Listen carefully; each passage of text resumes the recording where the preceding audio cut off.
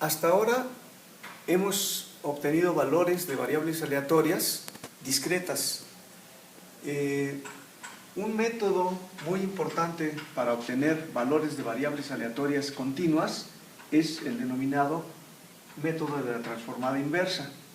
En este método, lo que nosotros tenemos es que si x es una variable aleatoria con distribución f continua y estrictamente creciente, entonces si u es una variable aleatoria uniforme 0, 1 y definimos y, otra variable aleatoria, la definimos como la inversa, la función inversa de la distribución de x aplicada en la variable aleatoria uniforme 0, 1, lo que se tiene es que la variable y se distribuye como f de x. Para demostrar el resultado, lo que tenemos que hacer es demostrar que la distribución de la variable aleatoria y en cualquier punto del soporte es igual a la distribución de la variable x en ese mismo punto. Bueno, la definición del valor de la función de distribución en un punto z cualquiera de su soporte es la probabilidad de que la variable aleatoria sea menor o igual que el valor z. Ahora bien, si recordamos, la variable y se definió como la inversa de la distribución de x en una variable aleatoria uniforme 0, 1, y esto es menor o igual que z.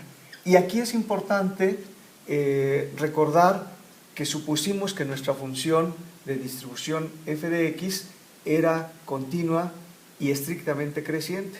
Eso me garantiza que puedo aplicar la función y se conserva la desigualdad. Es decir, esto es igual a la probabilidad de que aplicando la función f de x en ambos lados de la desigualdad tenemos el siguiente resultado.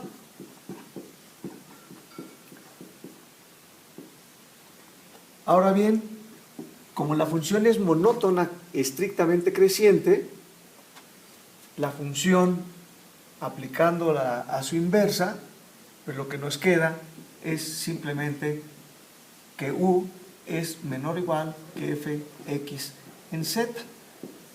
Pero, ¿cuál es la probabilidad de que una variable aleatoria uniforme sea menor o igual que cierto valor que está entre 0 y 1? Pues es precisamente ese valor, es decir, esto es igual a fx de z para todo z en el soporte. Recuerden la gráfica que hicimos y recuerden que la función f está definida en el intervalo 0, 1. Por lo tanto, lo que hemos demostrado es que si nosotros definimos la variable y como la inversa de una función de distribución estrictamente creciente y la evaluamos en una variable aleatoria uniforme 0, 1, obtendremos una variable que se distribuye igual que la x. Por lo tanto, estamos simulando el valor de x. Ahora, lo que vamos a hacer es ver un ejemplo porque posiblemente esto pueda parecer un poco abstracto. Como un ejemplo de esto que estamos analizando, supongan que tenemos una variable aleatoria x que se distribuye de manera exponencial con parámetro lambda. Recordemos que la función de distribución acumulada de esa variable aleatoria está dada como 1 menos e a la menos lambda x. De acuerdo a lo que acabamos de ver, si la función es continua, que sabemos que es continua en su soporte, que en este caso es de todos los números reales no negativos, es estrictamente creciente, por lo tanto satisface las hipótesis del teorema. Entonces, pues lo que tenemos que hacer es obtener la inversa de esta función. Y para obtener la inversa de la función, lo único que tenemos que hacer es despejar la x. Así que, si nosotros a esto le llamamos la UD, que es nuestra uniforme 0,1, y despejamos la x, tenemos que u menos 1 es igual a e a la menos lambda x, y por lo tanto menos lambda x es igual a logaritmo de 1 menos u, ¿sí? Y así que x es igual al logaritmo de 1 menos u entre menos lambda. Por lo tanto, si nosotros calculamos la expresión logaritmo de 1 menos u entre menos lambda, estaremos obteniendo valores de una variable aleatoria que se distribuye igual que esta, es decir, que tiene una distribución exponencial con parámetro lambda. Y aquí vamos a hacer una observación. Si u es una variable aleatoria uniforme 0,1, entonces 1 menos u también es uniforme 0,1. Y esto me permite hacer un pequeño ahorro, sobre todo cuando utilicemos una computadora.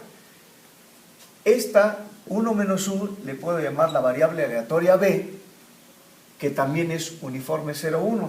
Y entonces, si yo calculo el logaritmo de b entre menos lambda, por el teorema que demostramos, esto se distribuye como una exponencial con parámetro lambda.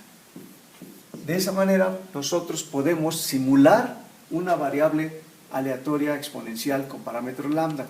Recuerden que las variables exponenciales son sumamente importantes en, por ejemplo, líneas de espera y en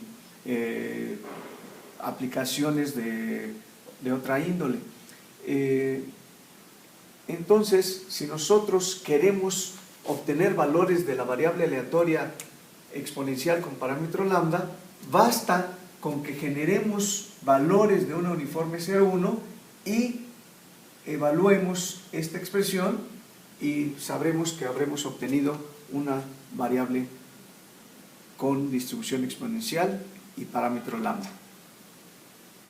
Ahora lo que vamos a tener que hacer, de hecho lo que van a hacer ustedes, es comprobar empíricamente este resultado.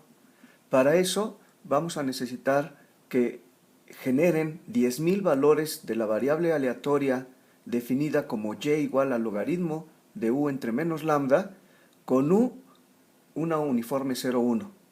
Aquí el valor de lambda va a ser el número de su equipo.